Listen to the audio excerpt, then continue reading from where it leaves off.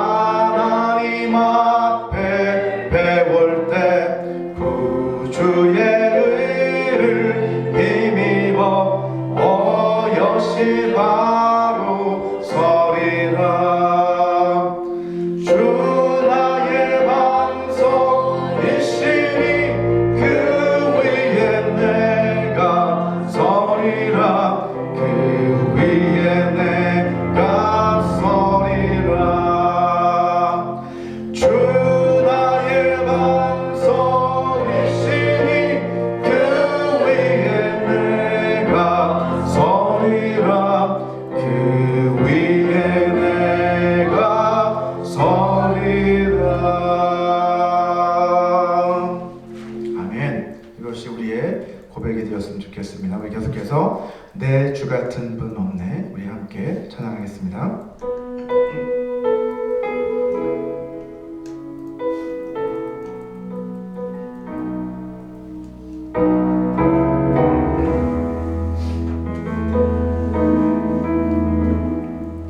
내 주 같은 분 없네. 그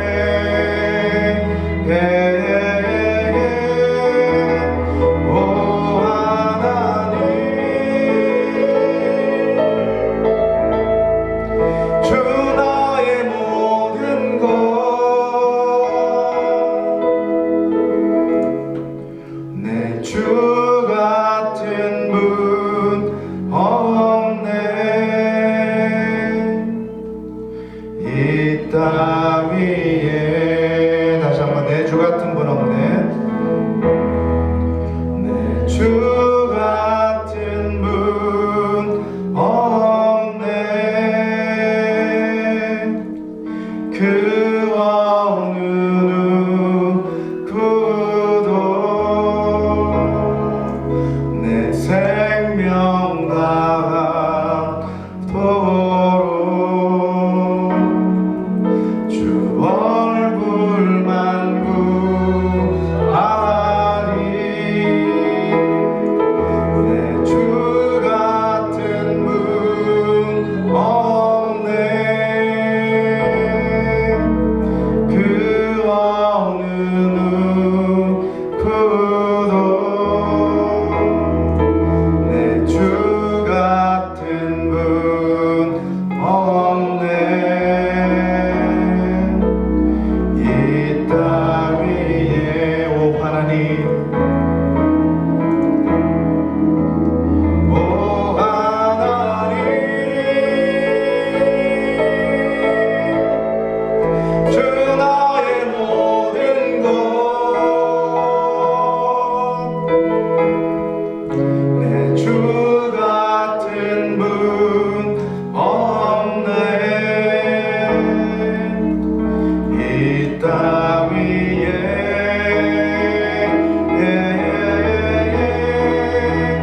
오 하나님,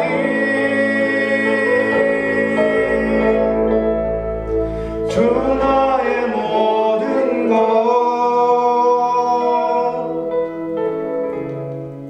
내 주 같은 분 없네. 이 땅 위에.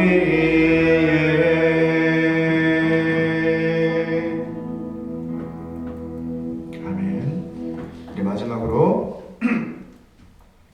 예수 안에 소망이 있네, 우리 함께 찬양하겠습니다.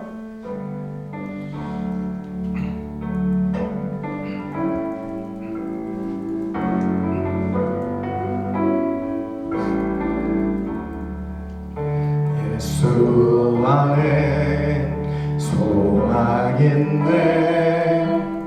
내 빛과 힘 나의 노래. 환난 중에 도우시는 주 나의 견고한 반석. 그 신사랑 그 신평화 두려움에서 날 건지네. 내 위로자 내 모든 것 주 사랑 안에서리라. 완전하신 하나님이 우리와 같이 되셨네. 주 사랑과 그 공의로 세상을 구원하셨네. 십자가에 주 달리사 그 진노를 거두셨네. 내 모든 죄 담당하신 주 내 안에 살리라. 죽임 당한 세상의 빛 어둠 속에 누이셨네. 영광스러운 그의 날에 무덤에서 부활했네. 승리하신 우리 주님 원수들을 물리쳤네. 나 주의 것, 주 나의 것, 주 보혈 안에 살리라. 주 예수의 능력으로 내 속에 두려움 없네. 나의 살인 모든 순간 주께서 다스리시네.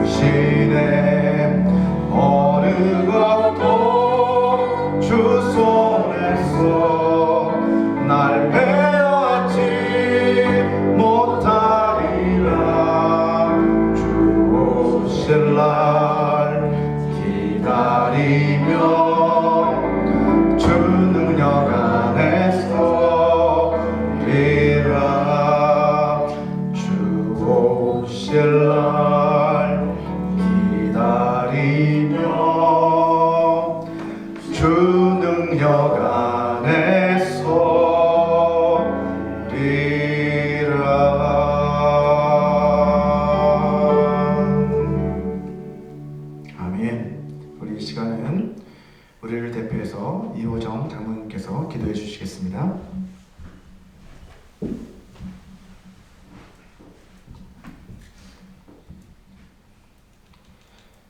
오늘도 저희들의 능력 되시며 목자 되시는 참으로 좋으신 하나님 아버지, 저희들을 예배자로 삼아주시고 저희들을 예배 장소에 불러주심에 참으로 감사와 영광을 돌려옵나이다.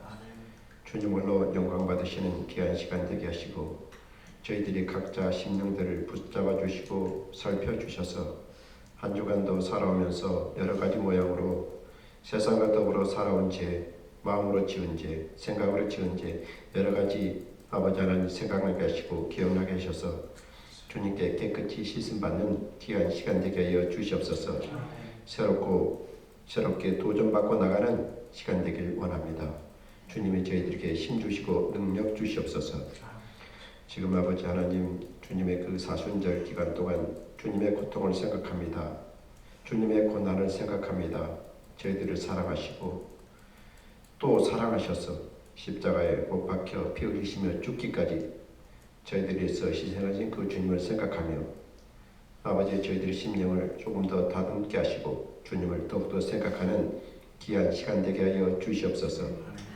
환난이 인내가 연단이 소망을 이룬다 하였습니다. 저희들이 인내가 있게 하시고 소망이 있는 삶을 살아갈 수 있도록 주님 저희들에게 힘 주시고 능력 주시옵소서. 아버지 하나님, 더욱더 능력 있는 삶, 주님의 삶, 주님의 복된 복음을 전파하는 그런 삶, 그런 도구가 되게 하여 주셔서 이 빈자리가 채워지는 역사가 있게 하여 주시옵시고 하나님께 영광 돌릴 수 있는 귀한 믿음의 반석이 되게 하여 주시옵소서. 주님이 주관하실 줄 믿습니다. 채워 주실 줄 믿습니다. 저희들이 가정에, 건강에, 사업장에, 자녀에 주님의 축복이 함께하여 주셔서 날마다 감사함으로 나가게 하여 주시옵소서. 물질 때문에 염려합니까? 건강 때문에 염려합니까? 자녀 때문에 염려합니까? 모든 문제마다 주님께 내려놓기를 원하오니 이 시간마다 주시옵시고 저희들이 깨끗하고 심령, 아버지 홀가분한 심령으로 새롭게 한 주간을 시작할 수 있도록 역사하시고 인도하여 주시옵소서. 오늘도 귀한 말씀 선포하실 담임 목사님 귀한 말씀을 선포하실 때 강하고 담대함으로 선포되게 하시고 그 말씀이 우리 심령을 쪼개는 귀한 말씀이 되게 하여 주시옵소서. 예배 시종을 주님께 온전히 의탁하고 우리 주 예수 그리스도 받들어 감사함으로 간절히 기도하옵나이다. 아멘.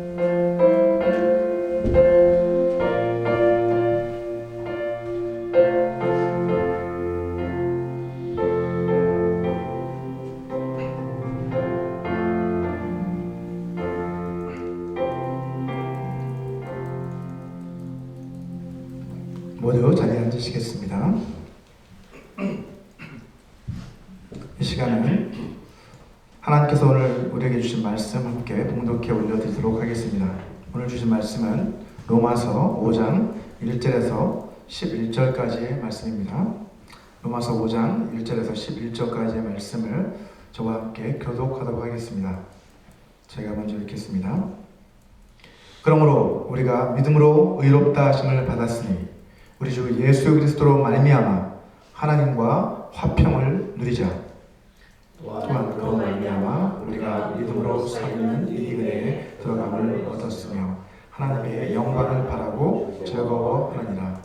다만 이뿐 아니라 우리가 환난 중에도 즐거워하나니 이는 환난은 인내를, 인내는 연단을, 연단은 소망을 이루는 줄 알미로다.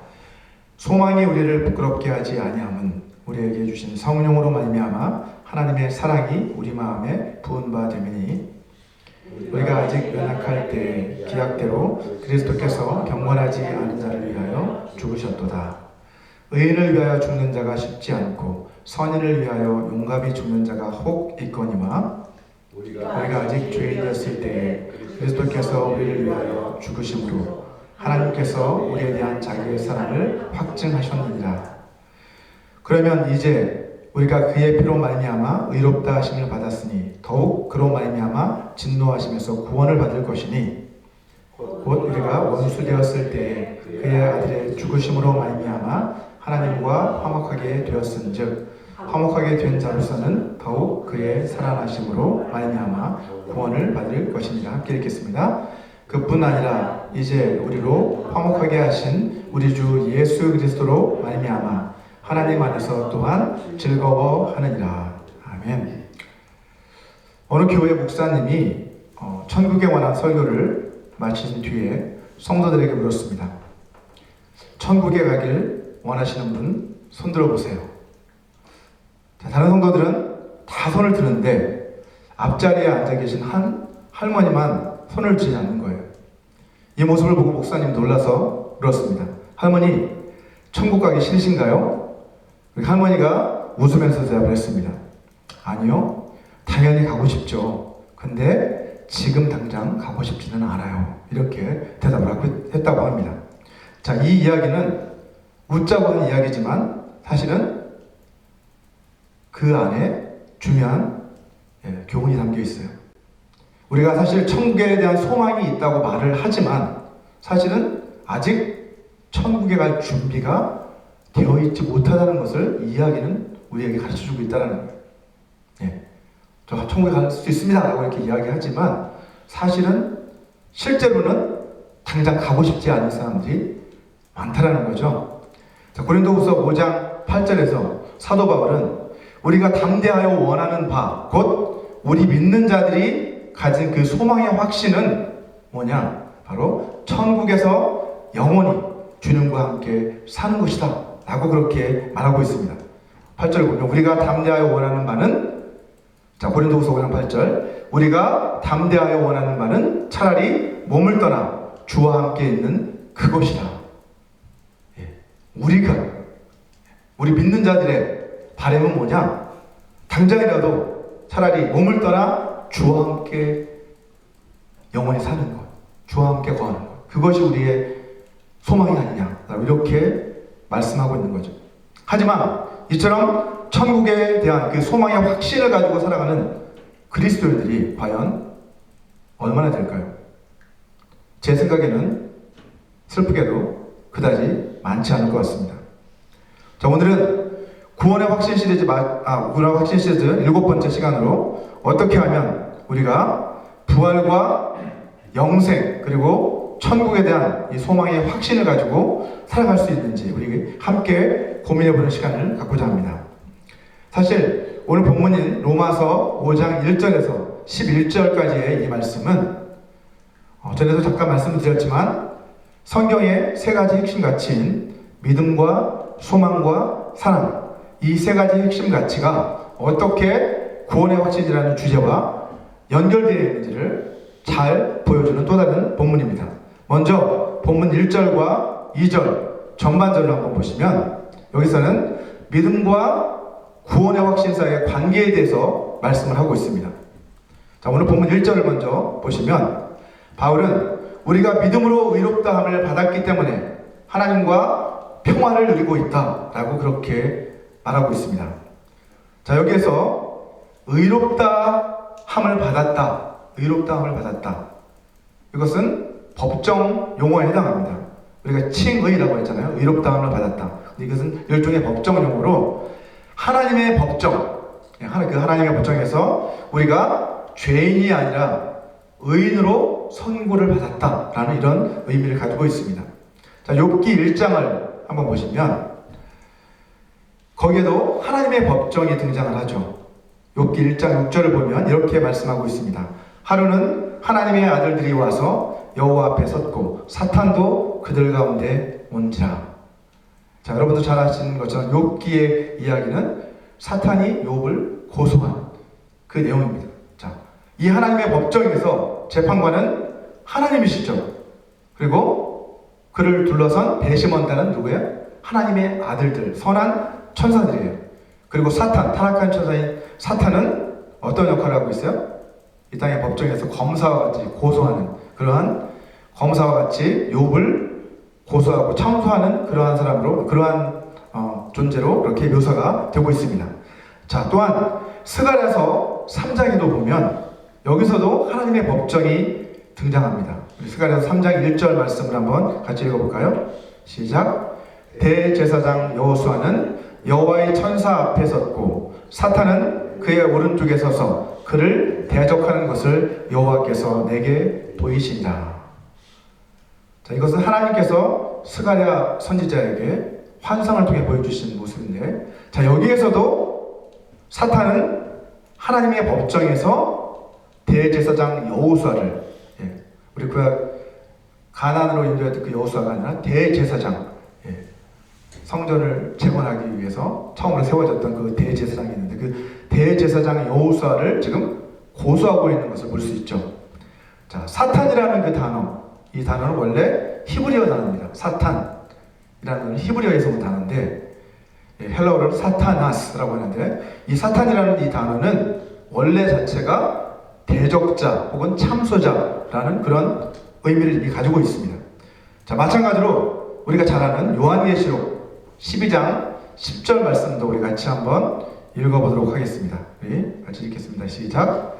내가 또 들으니 하늘에 큰 음성이 있어 이르되 이제 우리 하나님의 구원과 능력과 나라와 또 그의 그리스도의 권세가 나타났으니 우리 형제들을 참소하던 자 곧 우리 하나님 앞에서 밤낮 참소하던 자가 쫓겨났고 라고 말씀하는 것을 볼 수 있죠. 여기서도 사탄은 밤낮 우리 그리스도인들을 참소하는 자로 그렇게 묘사가 되고 있습니다. 자세히 보면 언제까지예요? 마지막 때까지, 마지막 심판 때까지 계속해서 사탄은 우리 믿는 자들을 밤낮으로 참소하는 그 일을 해나간다는 것을 알 수 있습니다. 하지만 그럼에도 불구하고 우리가 두려워하지 말아야 될 이유가 뭡니까? 이 하나님의 법정에서는 우리를 밤낮으로 변호해 주시는 변호인단이 계시죠.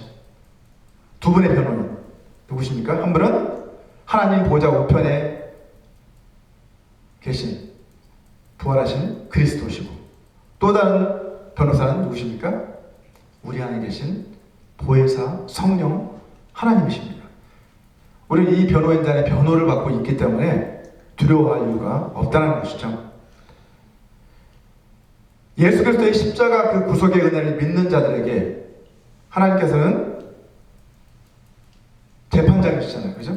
이 하나님의 법정의 재판장이신 그 하나님께서는 반드시 뭐를 선고하실 거예요? 무죄를 반드시 선고하실 것이기 때문입니다. 너는 의롭다. 예수 그리스도의 그 공로로 말미암아 너는 의롭다 여김을 받았다. 무죄다. 라고 이렇게 하나님이 이미 선고하셨고 마지막 심판 때에서도 또다시 선고하실 것이기 때문입니다. 다시 본문 1절 하반절을 한번 보시면 우리 주 예수 그리스도로 말미암아 우리가 하나님과 화평을 누리고 있다라고 바울은 말하고 있습니다. 예수 그리스도로 말미암아 하나님과 화평을 누리자. 자, 죄로 인해서 하나님과 우리는 원수 되었던 사람들이었습니다. 그렇죠? 그랬던 우리들이 어떻게 된 거예요? 예수 그리스도로 말미암아 다시 하나님과 화평을 누리게 되었다는 겁니다. 화평을 뒤집은 거예요. 평화, 그죠? 평화를 누리게 되었다. peace. 화목하게 되었다. 하나님과 화목, 화평, 평화 다 같은 것이죠. 그리고 본문 2절을 보면 이것을 뭐라고 표현을 합니까? 바울은 이것은 하나님의 은혜다 라고 그렇게 표현을 하고 있습니다. 우리가 예수님으로 말미암아 하나님과 다시 화목하게 된 것, 평화를 누리게 된 것은 하나님의 은혜로 말미암은 것이다. 우리가 믿은 것도 하나님의 은혜다 라고 그렇게 바울은 선언하고 있습니다. 우리는 생명의 문이신, 그렇죠? 생명의 길이시고 생명의 문이 되시는 예수 그리스도를 통해서 하나님의 은혜의 보좌 앞으로 우리는 담대히 나아갈 수 있게 되었잖아요. 자, 그래서 이 믿음이라고 하는 것, 하나님의 은혜로 말미암아 우리가 예수 그리스도를 믿게 된 것, 이것은 우리가 이 구원의 여정을 걸어가는 첫걸음이라고 할 수가 있습니다. 우리는 예수 그리스도를 믿음으로 말미암아 이 구원의 여정에 첫 발을 내딛게 된 것이죠.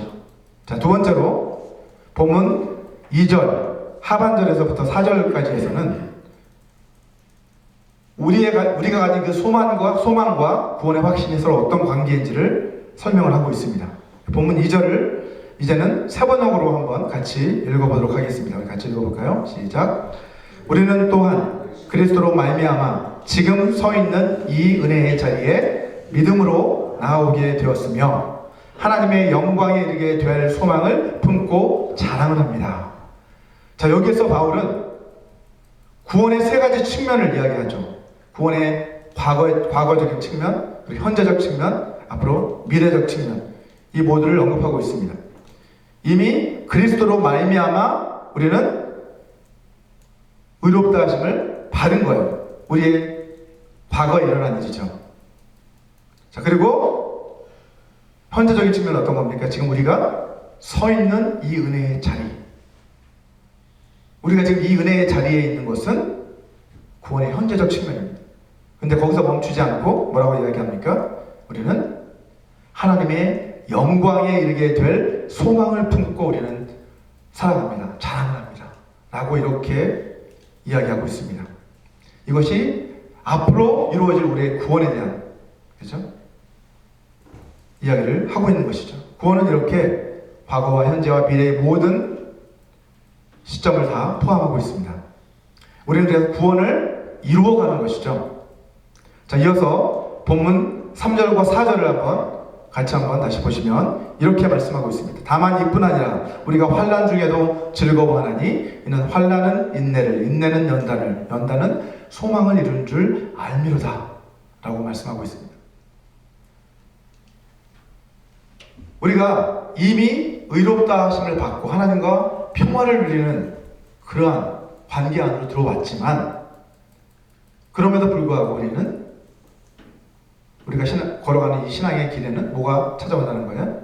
환난이 찾아온다는 거예요. 우리의 그 신앙의 여정은 결코 평탄한 길만은 아니라는 겁니다. 굴곡이 있는 길이라는 거죠. 오르막이 있으면 내리막도 있듯이 신앙의 여정도 그와 같다는 겁니다. 평탄할 때가 있다면 어떨 때는 환난이 우리에게 찾아올 때도 있다는 것이죠. 자, 요한복음 16장 33절을 같이 한번 읽어보도록 하겠습니다. 시작. 이것을 너희에게 이르는 것은 너희로 내 안에서 평안을 누리게 하려 함이라.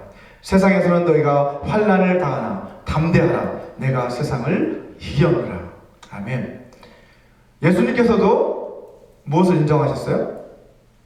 우리는 세상에서 환난을 당한다 라고 그렇게 인정을 하셨어요. 왜요? 믿음 때문에. 믿는 자라는 그 정체성 자체가, 믿음이라는 그 자체가 우리에게 환난을 가져올 수밖에 없다. 세상에서는. 왜요? 세상은 하나님을 미워하는 자들이고 우리를 미워하는 자들이기 때문에. 하지만 우리가 근심하거나 두려워할 필요가 없다. 왜요? 예수님께서 이미 승리하셨기 때문에 우리는 평안을 누려야 한다라고 미리 말씀을 해주신 거죠. 예수님께서 부활하신 이후에도 평강이 너에게 있을지어다 라고 이렇게 인사하셨던 것처럼 우리가 어떠한 자들인지, 어떠한 확신을 가지고 있는 자들인지 그것을 기억하고 평안을 잃지 말아야 됩니다. 우리 삶 가운데 이처럼 환난이 닥쳐올 때 예수님의 승리를 우리가 기억하고 담대함을 잃지 말라는 것이죠. 그런데 바울은 거기서 멈추지 말고 더 나아가 즐거워하라 라고 이렇게 말하고 있어요. 그냥 환난을 어쩔 수 없이 견뎌내는 정도가 아니라 어떻게 해요? 즐거워하라. 오히려 환난을 당하면 너희가 고난이 찾아오면 핍박을 받으면 기뻐하라. 오히려 이렇게 주님도 말씀하셨잖아요. 자, 그 이유가 뭡니까? 이 연쇄 반응이 나타나죠. 환난은 인내를, 인내는 연단을, 연단은 소망을 이루기 때문이다 라고 바울은 그렇게 선포하고 있어요. 말하자면 바울은 우리의 믿음의 길을 내딛었을 때 이제 환난이 찾아오는데, 그러한 환난을 어떻게 견뎌내며 우리가 마지막 소망의 확신을 얻게 되는지를 단계적인 하나의 연쇄 과정으로 설명을 하고 있는 것이죠. 자, 이것을 제가 한번 시각화해서 다이어그램으로 한번 만들어 보았습니다. 우리 화면에 한번 다이어그램을 좀 띄워주시기 바랍니다. 믿음의 길을 들어선 사람들은 어떻게 보면 이러한 과정을 거쳐갈 수밖에 없다는 것이죠. 자, 소망의 확신에 이르는 계단이라고 제목을 제가 붙여봤습니다. 네, 계단 형태로 이렇게 되어 있는데, 이 계단은 우리가 어떻게 해서 믿음의 길을 들어서서 어떻게 소망의 확신까지 이룰 수 있는지를 보여주는 그러한 다이어그램입니다. 여기서 각 계단은, 하나하나의 계단은 믿음에서 출발해서 소망의 확신에 이르기까지 우리가 딛고 올라서야 하는 각각의 단계를 나타내는 것입니다. 단계를 거꾸로 하면 계단이잖아요. 그렇죠? 그래서 어쨌든 이 단계별로 이렇게 우리가 성장해 나가서 결국은 소망의 확신을 갖게 된다는 것을 보여주고 있습니다. 이것은 또한 우리 신앙이 어린아이의 신앙에서 시작해요. 그죠? 초보적인 신앙에서 시작해서 점점점 장성한 믿음의 분량에 이르기까지 성숙한 경지로 성장하는 그러한 과정들을 또한 보여주고 있습니다. 첫 번째 계단을 한번 보면 뭐라고 되어 있어요? 첫 번째 계단의 이름은 믿음이죠. 이것은 우리가 앞에서 살펴봤던 것처럼 믿음으로 의롭다 하심을 받는 단계입니다. 이 단계는 우리가 신앙의 여정에 있어서 출발점이라고 할 수 있겠죠. 이제 그 여정으로 들어선 겁니다. 앞에서 이야기했던 것처럼 이제 하나님과의 관계가 이제 막 회복이 되는 그런 단계입니다. 자, 여기서 이제 멈춰서는 안 되고 두 번째 단계는 뭐예요? 이 믿음에는 환난이 찾아올 수밖에 없다는 거죠. 두 번째 계단은 환난입니다. 이것은 신앙으로 인해 우리가 고난과 핍박을 당하는 그런 고난과 핍박을 경험하는 그런 단계라고 할 수 있습니다. 자, 우리가 믿는다는 이유로, 그죠? 믿는다는 이유로, 그리스도인이라는 이유로, 예수 믿는 사람이라는 이유로 직장에서 또는 다른 사람들에게 부당한 대우를 받는다거나 그리스도인이라는 이유로 사람들에게 이유 없이 따돌림을 당하거나 거절을 당하는 그런 경우들도 있잖아요. 그죠? 이런 것처럼 복음을 전하려고 하는데 박해를 당한다거나 이런 모든 것들이 다 우리가 겪을 수 있는 그러한 고난과 핍박에 해당합니다. 자, 세 번째 계단은 뭐예요? 인내라는 계단이죠. 이 환난이라는 그 계단을 디딘 사람만이 사실은 인내라는 계단을 올라설 수 있는 거예요. 이것은 고난과 핍박을 어떻게 믿음으로 극복한 사람만이 올라설 수 있는 거죠. 이 인내는 우리가 생각해야 될 게 그냥 수동적인 인내를 말하는 게 아닙니다. 그냥 끝까지 견뎌내면 돼, 버티면 돼, 이런 인내가 아니라 능동적인 인내를 말하는 거예요. 고난과 핍박을 그냥 회피하거나 그냥 참아내는 정도가 아니라 적극적으로 맞서 싸우라는 겁니다. 어떻게 해요? 마치 농부가 성경에 이르되 땅에서 나는 귀한 열매를 바라고 길이 참아 이른 비와 늦은 비를 기다리는 것처럼 농부가 그때 뭘 합니까? 그냥 비만 기다리는 것이 아니고 어떻게 해요? 어려움들이 막 비바람이 올라치고 이러면 어떻게 하죠? 그 대를 세워서 이렇게 식물들을 받쳐주기도 하고 뭐 여러 가지 보호를 하기 위해서 여러 가지 일들을 하잖아요. 그러한 노력을 통해서 결실할 때까지 어떻게 하든 내가 이것을 참아내는, 이겨내는 이 과정들을 극복하는 그러한 노력을 하는 단계가 바로 이 인내라는 단계라는 거예요. 자, 네 번째 계단. 그렇게 인내를 해내는 사람은 결국 연단이라는 계단으로 올라설 수 있는데 이것은 뭐예요? 이 환난을 인내로 극복함으로써 영적인 성장을 한 것을 의미해요. 영적으로 성숙해진 사람, 성장한 사람들, 신앙의 성숙에 이른 사람들을 바로 말하는 것이죠. 우리 연단이라는 그 단어 자체는 헬라어로 도키메라고 하는 단어인데 이것은 연금술사 그런 거 들어봤잖아요. 그죠? 금속을 달구어서 불순물을 제거하고 순도를 계속해서 높여가는 그런 재련 과정을 가리켜서 도키메라고 하는데 이 연단이라는 건 그냥 일종의 우리를 재련하는 과정이다 라고 보면 되죠. 우리를 정금 같은 신앙으로 우리를 재련하는 과정인데 이 연단의 과정을 통해서 우리가 어떻게 되는 거예요? 여러분? 우리는 점차 어떻게 순도가 높아져서 그 순도는 뭐예요? 그리스도의 성품을 닮은 존재로 우리가 빚어져가는 것을 의미하는 거예요. 이게 인내한 사람만이 결국 이런 성품으로 점점점 빚어져 간다는 거죠. 이 땅에서 우리가 완벽할 수는 없습니다. 하지만 예수 그리스도를 닮은 자들로 빚어져 가야 된다는 것. 이것을 뭐라고 했어요? 성화라고 했잖아요. 예, 반드시 이러한 과정을 우리가 거쳐야 된다는 것이죠. 그 다음 단계, 마지막 단계는 뭡니까? 소망의 단계입니다. 소망의 계단. 이것은 영적인 이러한 성장의 과정을 거쳐서 마침내 우리가 하나님의 영광에 이르게 된다는 것이죠. 우리가 가진 그 소망의 열매를 맺는다는 겁니다. 예. 그 소망은 어떤 소망이죠? 부활의 소망, 그죠? 영생의 소망, 천국의 소망, 예, 이러한 소망을 품고 우리는 이 계단을 계속해서 올라서야 된다는 것입니다. 예. 자, 빌립보서 3장에서 바울이 고백하고 있는 것처럼 우리는 과거에만 머물러 있는 그러한 신앙을 가져서는 안 됩니다. 계속해서 우리의 신앙은, 우리의 믿음은 앞으로 전진해 나가고 성장해 나가는 그러한 신앙이 되어야 되죠. 우리 빌립보서 3장 14절 말씀 같이 한번 읽어볼까요? 시작. 표대를 향하여 그리스도 예수 안에서 하나님이 위에서 부르신 부르심의 상을 위하여 달려가더라. 마치 마라톤 선수들이 마지막 결승선을 바라보면서 계속해서 그 목표를 향해 달려나가는 것처럼 우리 모두는 부활과 영생과 천국이라는 그러한 표대를 향해 소망을 품고 확신을 가지고 계속해서 이 믿음의 선한 싸움을, 다른 박질을 계속해서 해나가야 된다라고 말씀하고 있는 것입니다.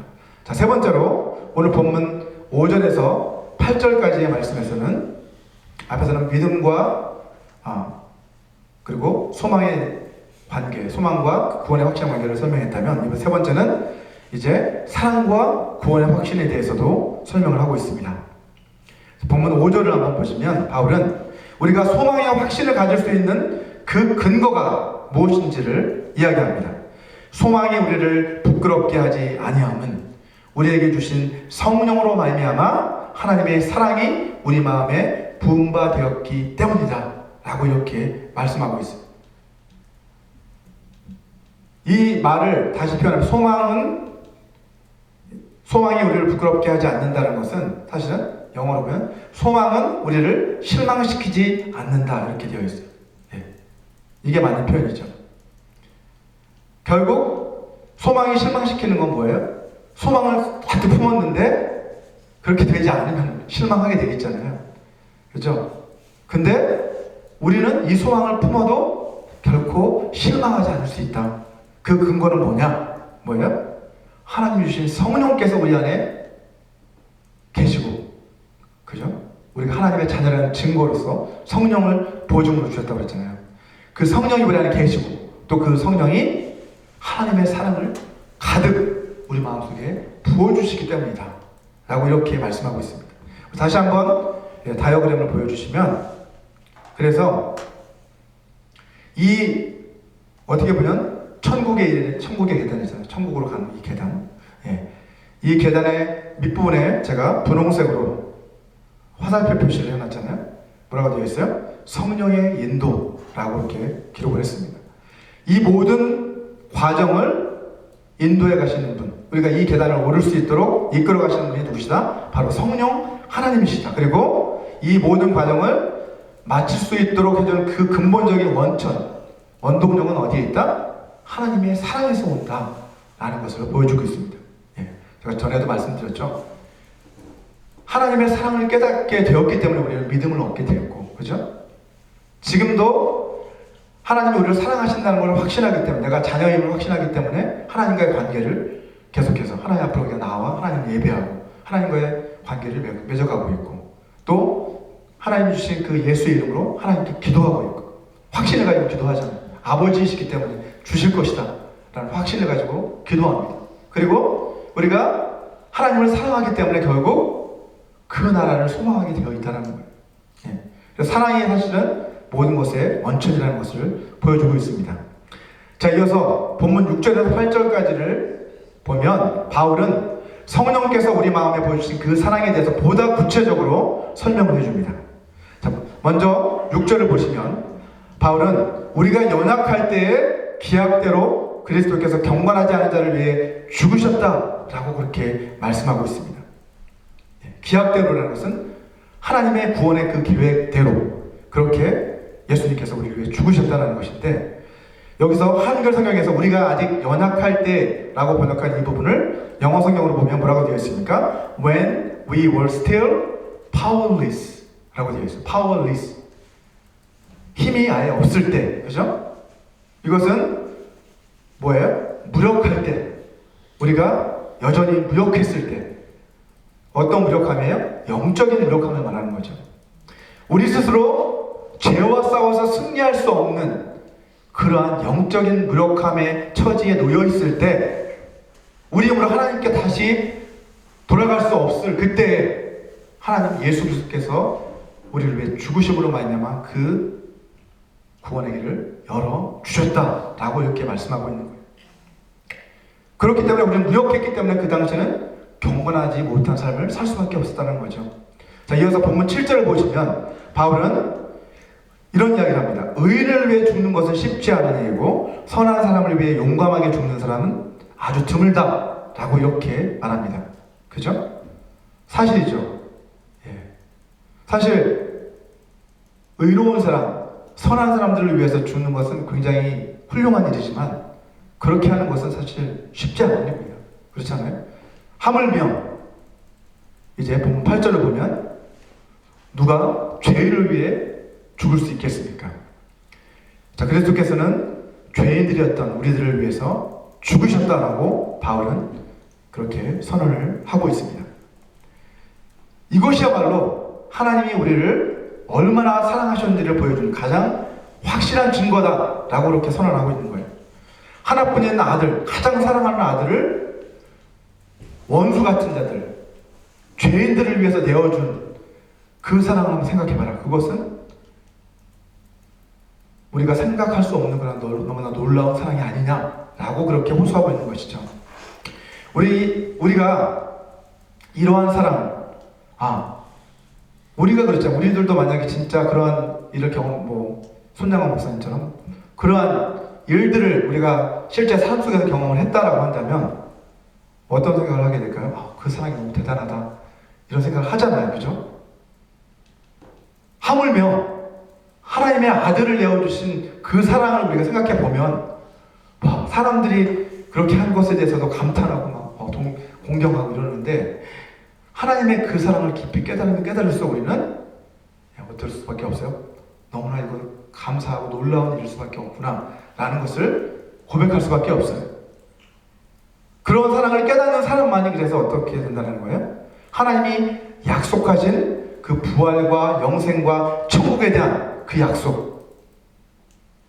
약속도 신뢰할 수 있다는 거예요. 예.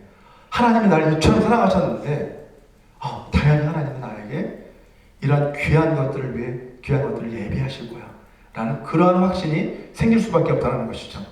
자, 마지막으로 본문 9절에서 10절까지에서는 결론을 이야기하고 있습니다. 앞에서 이야기한 것들을 결론적으로 이제 이야기하는데, 여기에서 바울은 소망의 확신을 우리가 가질 수 있는 두 가지 근거를 다시 한번 이야기합니다. 우리의 구원이 반드시 완성될 것이다 라고 하는 이러한 소망을 우리가 가져도 좋다라고 하는 그 두 가지 근거를 제시를 하고 있는데, 자, 먼저 첫 번째 근거는 본문 9절에 나옵니다. 여기서 바울은 이 두 가지 근거를 어떤 형식으로 제시를 하고 있냐면, 이미 우리한테 일어난 사건을 근거로 해서 앞으로 이것은 그렇기 때문에 우리는 이것을 확신해도 좋다. 두 번째도 과거에 일어난 이러한 일 때문에 우리는 앞으로 일어나는 이것을 확신해도 좋다라고 이렇게 두 가지를 제시하고 있다는 거예요. 먼저 9절을 보면 첫 번째 근거는 예수 그리스도의 보혈로 말미암아 우리가 의롭다 하심을 받았다라는 그 사실을 근거로 제시하고 있습니다. 예수의 피를 의지해서 우리가 믿음으로 의롭다함을 얻었잖아요. 그렇게 이미 그것을 믿은 사람이라고 한다면 장차 앞으로 일어날 마지막 심판 때 그 심판에서, 그죠? 이미 의롭다함을 받은 그 사람들은 어떻게 해도 좋다는 거예요? 근심하거나 두려워할 필요가 없지 않느냐. 더욱 그로 말미암아 이 진노하심은 마지막 심판을 의미합니다. 그 심판에서 우리를 구원하실 것이다 라고 그렇게 말씀하고 있는 거예요. 내가 예수 그리스도의 은혜를 깊이 체험하고 이미 의로운 자로 칭함을 받았다. 아직 칭함 받은 거잖아요. 완전한 의에 이른 건 아닙니다. 그 의는 하늘나라에 가서 얻어지는 거잖아요. 그죠? 그 의에 이르렀을 때 우리는 이제 비로소 온전히 의로운 사람이 되는 건데, 계속해서 그래서 우리가 이 땅에서는 이 성화의 과정이 필요하다는 것을 말씀드렸잖아요. 그렇지만 이미 의롭다함을 얻은 우리들은 마지막 심판대 앞에서도 두려워할 필요가 없다라고 말씀합니다. 자, 두 번째 제시한 근거는 10절에 나와 있습니다. 전에 우리가 하나님과 원수가 되었을 때 하나님의 아들이신 예수 그리스도의 십자가 죽으심으로 말미암아 우리는 하나님과 화목하게 되었지 않느냐. 그건 우리가 역사적 사실로 우리는 인정하잖아요. 믿는 자들은 그것을 역사적 사실로, 객관적 사실로 받아들이는 사람들, 예수님으로 말미암아 우리가 하나님과 평화를 누리게 되었다라는 것을 인정하고 받아들이는 사람들은 어떻다는 거예요? 화목하게 된 자로서는 더욱 그의 살아나심으로 말미암아 구원을 받을 것이니라 라고 말씀합니다. 이미 예수 그리스도의 그 십자가 사건은 과거의 사건이잖아요. 그 사건을 듣고 믿음으로 예수님을 영접한 사람들은 이제 하나님과 화평을, 하나님과 관계가 회복됐잖아요. 그죠? 그렇다면 그런 사람들은 이제 예수님의 죽으심을 의지했던 것처럼 이제 앞으로는 예수님의 부활을 의지해서 우리도 다시 부활의 몸을 입을 것이기 때문에 이제 우리의 구원은 보장된 것이다라는 것이죠. 예수님의 죽으심을 의지해서 우리가 의롭다함을 받고 구원의 확신을 얻게 된 것처럼 이제 앞으로도 우리는 어떻단가요? 그것이 이미 이루어졌기 때문에 예수님의 부활로 인해서, 부활의 그 능력으로 인해서 우리도 부활의 몸을 입게 된 것은 이미 하나님이 약속하신 것이고 반드시 이루어질 일이다 라고 이러한 논리로 지금 바울은 우리에게 구원의 확신을 가지도록 권고하고 있는 것입니다. 자, 하나님께서 하나뿐인 아들을 십자가의 죽음에 내어주실 만큼 그러한 희생을 통해서 우리에게 사랑을 보여주셨다고 한다면 장차 예수 그리스도의 그 부활의 능력을 통해서 마땅히 우리들은 하나님과 예수 그리스도와 공동 상속자라서 하나님 나라를 상속하게 되어 있다라고 그렇게 바울은 말씀하고 있는 것이죠. 만약 예수 그리스도의 그 보혈의 은혜로 우리가 의롭다 하심을 받았고 예수 그리스도의 그 십자가의 죽으심을 통해서 하나님과 화목하게 되었다 라고 하는 이 사실을 믿고 있는 사람이라고 한다면, 내가 예수님이 나를 위해 피 흘리셨어, 예수님의 십자가의 죽으심으로 내가 하나님 앞으로 다시 나아갈 수 있게 됐어 라는 것을 믿는다고 한다면 우리는 어떻게 해야 된다는 거예요? 마땅히 부활과 영생과 천국에 대한 그 소망의 확신을 가지고 살아야 한다 라고 이렇게 말하고 있는 거예요. 자, 마지막으로 오늘 본문 11절을 한번 보시면 바울은 그리스도 안에서 소망의 확신을 품은 자들은 이제 하나님 안에서 또한 즐거워한다 라고 그렇게 말하고 있습니다. 자, 서로 원수같이 여겼던 사람과 우리가, 여러분 그런 사람 혹시 있었습니까?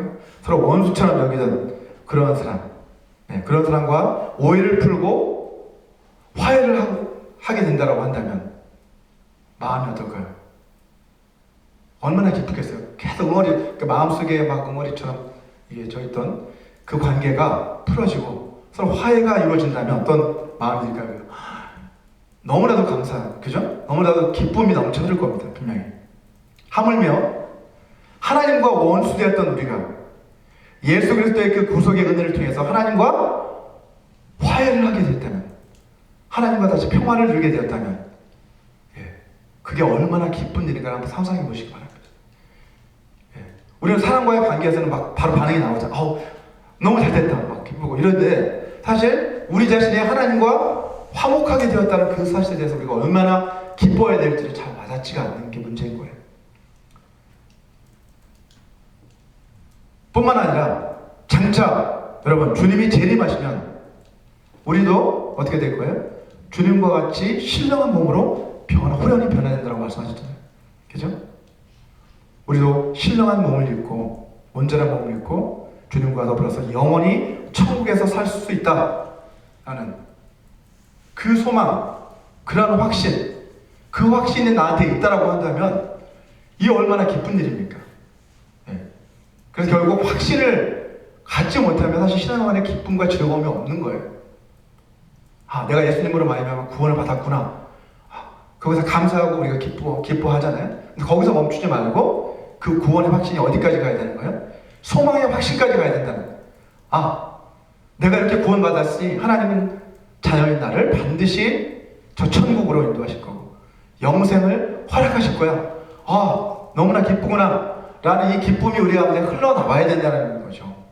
이것이 우리의 반응이어야 된다는 겁니다. 저희는 모두가 이러한 소망과 이러한 확신을 가지고 날마다 기뻐하고 즐거워하는 삶을 살아가게 되시기를 주님의 이름으로 축원합니다. 우리 이 시간 오늘 주신 이 말씀을 우리 생각하시면서 우리 같이 기도하는 시간을 좀 갖기 원합니다. 기도하실 때 주님이 우리에게 주신 그 참 평안, 그 평안을 우리가 이 삶 가운데 누릴 수 있게 해달라고 같이 기도했으면 좋겠습니다. 또 그 은혜를 우리가 다시 기억하며 기뻐하는 저희들 되었으면 좋겠다고 우리 같이 고백했으면 좋겠습니다. 그리고 소망의 확신을 가지고 고난과 역경 가운데서도 기뻐하고 즐거워하는 삶을 계속해서 살아갈 수 있게 해달라고 우리 같이 기도하겠습니다. 거룩하신 아버지 하나님 감사합니다. 하나님, 오늘 말씀을 통해 하나님, 우리가 어떻게 의롭다 하심을 받았는지, 그리고 우리가 어떻게 하나님 아버지요 이제 부활과 영생과 천국의 소망을 가지고 살 수 있게 되었는지 다시 한번 돌아보며 이것이 얼마나 우리에게 기쁜 일인지 다시 한번 고백하게 됩니다. 하나님, 이 땅에 소망이 없는 자들처럼 살아가지 않게 도와주시고 우리가 가진 소망의 이유에 대해 묻는 자들에게 확신을 가지고 그들에게 자랑할 수 있는 자들 될 수 있게 도와주시옵소서. 하나님 아버지, 그들도 우리와 같이 확신 있는 신앙을 가지고 살아갈 수 있도록 우리 형제 자매들 가운데 힘들어하는 영혼들을 돌아보며 또 우리 이웃들에게 예수 그리스도의 복음의 기쁜 소식을 증거할 수 있는 자들 될 수 있도록 도와주시옵소서. 그러한 담대함과 기쁨이 우리 가운데 넘쳐날 수 있도록 도와주시옵소서. 아버지 하나님, 우리가 아직 죄인 되었을 때 하나뿐인 그 아들을 십자가에 내어주시는 그 사랑, 아버지 하나님, 그 사랑을 우리가 받았는데 하나님, 여전히 우리가 사랑하지 못하고 감사하지 못하고 기뻐하지 못하는 삶을 살아가고 있습니다. 아버지, 우리의 죄를 회개합니다. 아버지 하나님, 정말 주님이 주신 그 은혜가 얼마나 큰지를 깨닫는 저희들, 아버지 하나님, 그 은혜로 말미암아 기뻐하며 감사하며 살아갈 수 있게 도와주시옵소서. 이 감사가 우리 안에서만 머물지 않게 도와주시고 이 기쁨이 넘쳐 흘러서 이웃에게로, 아버지 하나님, 우리 직장에로 넘쳐 흘러 아버지 많은 사람들에게 아버지 하나님 예수 그리스도를 증거하며 이 기쁨을 함께 할 수 있도록 예수 우리를 인도하여 주시옵소서. 날마다 구원의 확신을 가지고 살아갈 수 있도록 우리의 구원을 완성해 가시는 우리의 완성자 되신 예수 그리스도를 바라보며 살아갈 수 있도록 도와주시옵소서. 성령께서 우리 안에 계셔서 우리를 힘주시고 우리를 인도하시면 감사합니다. 예수여 도와주시옵소서. 아버지 하나님, 우리가 아직 죄인 되었을 때 우리를 위해 하나뿐인 아들을 십자가의 죽음에 내어주신 그 놀라운 사랑과 그 은혜에 감사를 드립니다. 환난은 인내를, 인내는 연단을, 연단은 소망을 이룬다 말씀하신 주님, 우리에게 믿음을 주셔서 고난과 역경 가운데서도 기쁨을 누리게 하여 주시고 성령의 인도하심을 통해 날마다 부활과 영생과 천국에 대한 소망의 확신을 품고 살아갈 수 있게 하여 주시옵소서. 지난 한 주간도 우리를 지켜주시고 우리 삶의 모든 필요를 공급해 주신 주님의 은혜에 감사해서 이 시간 이 물질을 주님 앞에 올려드립니다. 기뻐 받아 주시옵소서. 주님 나라 영광을 위해 사용하여 주시옵소서. 예수님의 이름으로 기도합니다. 아멘.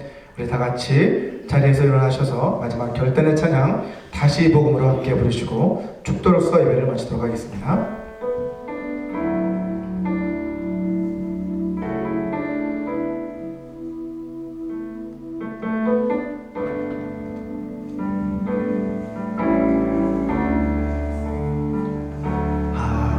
하나님 독생자 예수 그리스도 그분만이 오직 길과 진리 생명이라 세상 다 변하고 사람들 변해도 나에겐 복음 십자가뿐이라 하나님 독생자 예수 그리스도 그분만이 나의 길과 진리 생명이라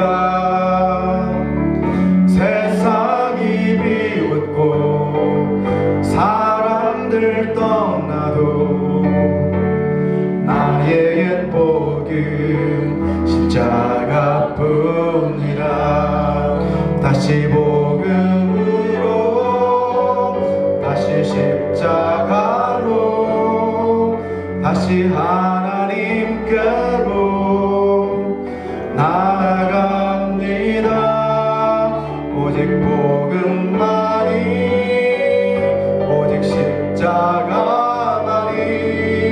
오직 하나님만이 나의 전부입니다.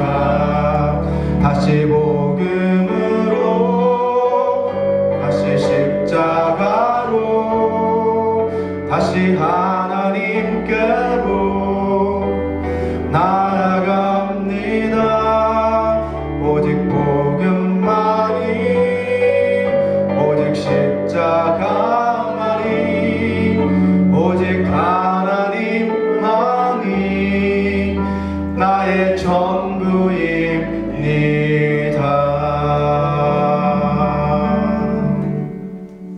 아멘. 우리 같이 기도하시겠습니다.